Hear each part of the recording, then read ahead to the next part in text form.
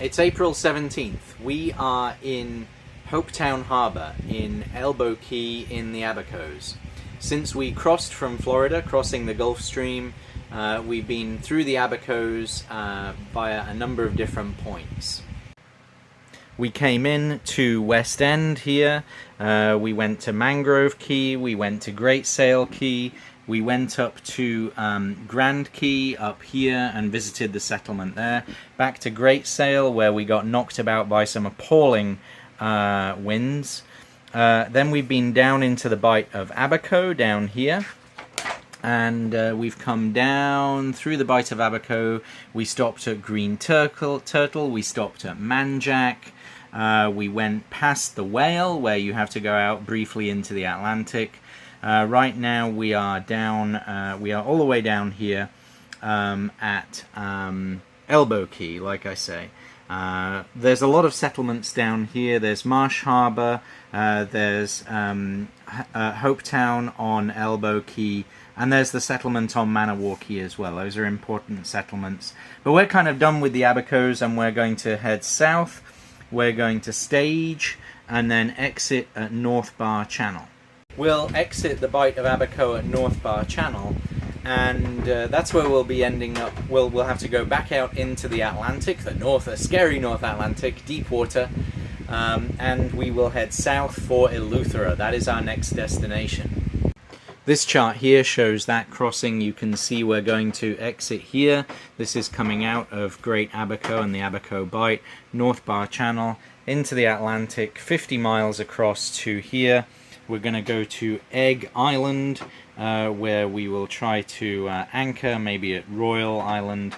Then we have to decide, are we going to go to Spanish Wells as a side trip, or are we just going to go straight into the Bight of Eluthera here?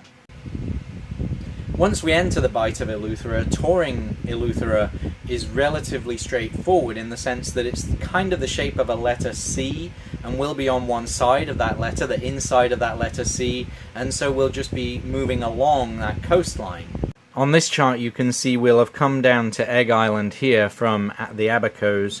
We'll go past Currant Rock here onto the inside of this enormous letter C, or whatever you want to call it, this big curve. We'll be on the inside, protected from Atlantic weather on the outside. The only thing that we might do first, like I say, is a side trip to the town of Spanish Wells. That might be good for provisioning. But once we're inside, we'll be looking to visit Hatchet Bay. We'll be looking to visit a site or a spectacle called Glass Window. There's Alabaster Bay, Governor's Harbour, Tarpon Bay, all the way around to Powell Point. And after that we have some decisions to make about where we go next, keeping an eye on the calendar. We do need to watch the calendar because we have to be back north of the Florida-Georgia state line by June 15th. That's for insurance reasons. You can't be in the hurricane area during hurricane season, so called. So we need to be out of here by then. But we've got a few weeks left and we're going to enjoy a tour of Eluthera. What we've heard about it is that the island is this letter C shape, and on the inside of the Bight of Eluthera it's tall cliffs. So it's tall cliffs with some apparently spectacular things to see, like Glass Window, some isolated beaches which we can visit by dinghy, which that sounds nice. It sounds really intriguing to have these isolated beaches at the foot of a cliff, not accessible by land. So we'll see. That's what we're planning to do.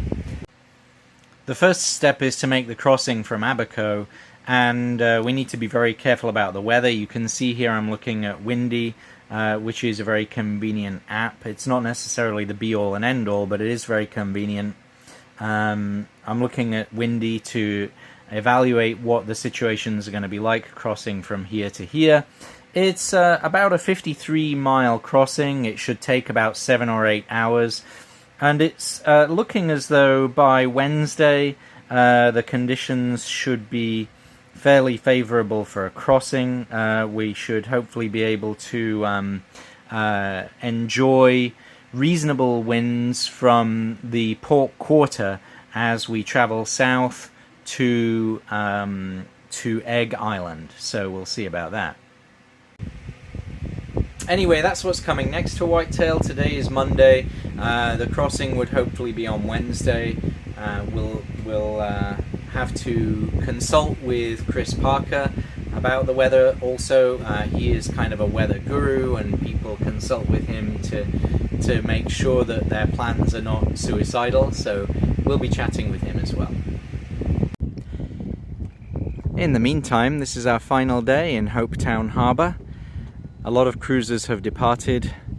We are waiting for some thunderstorms this afternoon. We don't want to go out in those. We're going to wait for those thunderstorms to pass, and then tomorrow we'll go to our staging area closer to the cut, so that the next day, Wednesday, we can go out into the Atlantic.